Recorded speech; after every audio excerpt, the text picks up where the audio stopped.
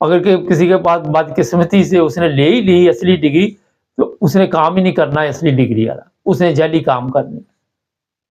تو سب سے جو بڑی چیز اس وقت اکثر چل رہی ہے کہ الیکشن جناب، اب جو چیف آپ کا ہے وہ الیکشن کمیشن، اس کو بھی شاید بدل دیا جائے اگلے دنوں میں، ہو سکتا ہے وہاں بھی کوئی ریٹائر فوجی آ کے بیٹھ جائے جس طرح دوسرے جگہ پہ بیٹھے ہوئے۔ عدالتوں میں یہ اپنی مرضی کے جج لے کے آئیں گے اور اپنی مرضی کی یہ حکومت بنا کے عوام کو وہ پھیٹا لگائیں گے کہ عوام کی چیخیں نکل جائیں۔ آپ تھوڑے دیر انتظار کر لیں، زیادہ دیر انتظار کرنے کی ضرورت نہیں۔ ایک مکمل پروگرام بن چکا ہے، خواتین ابھی تک جیل میں، صنم جوید، طیبہ راجہ، یہ سب خواتین جیل میں ابھی تک بند کی ہوئی۔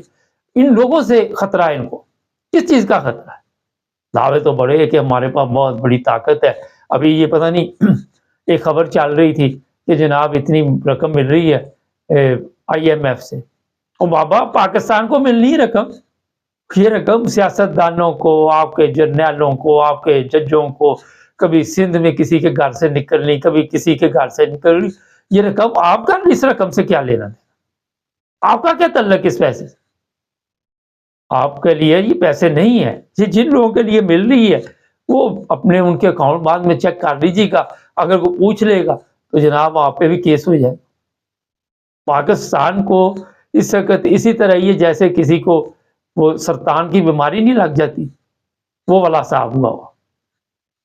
اور پھر مصیبت یہ ہے کہ بیماری جسم کے ایک حصے میں ہو تو پھر بھی ہے ہر طرف لگی ہوئی، ہر طرف، اور وہ کھا رہی آہستہ آہستہ، وہ بیماری اپنا کام دکھا رہی۔ آپ کو ایک بندہ بھی نہیں ملے گا جو پاکستان کا مخلص ہوگا۔ اگر آپ مخلص ہوں گے، آپ سپریم کورٹ میں بیٹھے ہوئے ہیں، آپ فوج میں ہیں، آپ کو وہاں سے غائب کر دیا جائے گا۔ 9 مئی کو کیا بنا وہ جو صاحب بہادر ادھر تھے وہاں جناح ہاؤس میں، آج تک ان کا پتہ نہیں آپ کو چلا، وہ کدھر گئے، کہاں گئے، کیا ہوا ان کے ساتھ؟ تو جناب یہ ذہن میں رکھیں کہ آپ پاکستان میں اگر رہتے ہیں تو جناب پھر اسی طرح زندگی گزارنی پڑے گی۔ جو لوگ وہاں پہ دعوے کرتے ہیں کہ ان کو کوئی خدا کا خوف نہیں، ان کو کوئی مرنا یاد نہیں، بڑے مجھے بھی لکھتے ہیں، اور سر ان کو مرنا کہاں یاد ہے، ان کو ذہن میں کہ یہی زندگی ہے، یہی آخرت ہے، یہی سب کچھ۔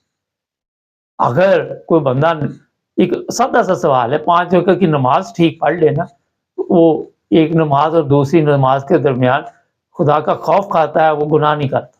مگر یہاں پہ تو آپ کو علم ہے کہ عمرہ بھی کری آ رہے، حج بھی کری آ رہے، نمازیں بھی پڑھی آ رہے، خون بھی پی رہے۔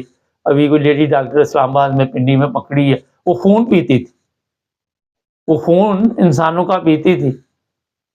اس طرح حالات ہوئے تو یہ تو ان کو بھی خون لگ چکا ہے، یہ ڈالروں کے لیے اپنے لوگوں کا قتل کرتے ہیں، پتہ نہیں کتنے بے گناہ لوگوں کو انہوں نے مار دیا۔ لوگ بڑے دعوے کرتے، مشرف کو یہ سزائے موت، مشرف کو خود عدالت میں آئے۔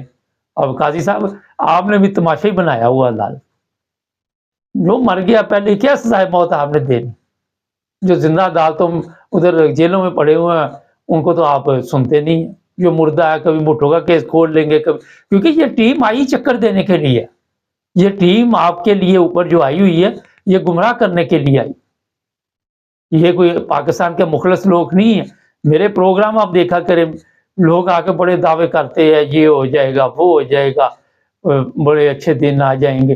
ہمارے پروگرام دیکھیں جا کے، ہم آپ کو 18 مہینے 2 سال پہلے یہ چیزیں بتا چکے تھے کہ یہ گینگ جو آ رہا ہے یہ مافیا ہے، جس طرح انہوں نے ہر ادارے پہ قبضہ کیا ہوا، سپریم کورٹ پہ بھی قبضہ ہے، وہاں پہ کوئی جج ان کے خلاف فیصلہ دے نہیں سکتا۔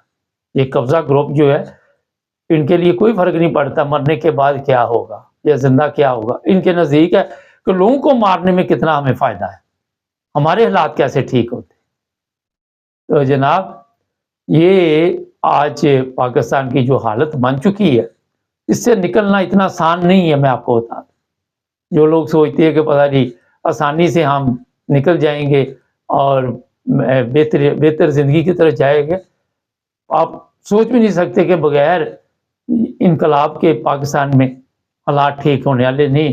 اسی طرح یہ ہے کہ انقلاب کون لائے گا، یہ بھی سول لوگوں کا کام نہیں۔ میں 12 دفعہ آپ کو اس طرف اشارات دے چکا ہوں کہ کہاں سے یہ سب کچھ ہونا ہے، لیکن آپ کو یہ ذہن میں رکھنا چاہیے کہ الیکشن اگر ہو گئے تو نواز شریف کی گورنمنٹ آ گئی تو جناب پھر جو سلوک عوام کے ساتھ ہوگا وہ آپ توبہ توبہ کریں گے۔ ہمارے چینل کو سبسکرائب کریں، اور بھی بڑے اچھے پروگرام آ رہے ہیں، جڑے رہیں ہمارے ساتھ۔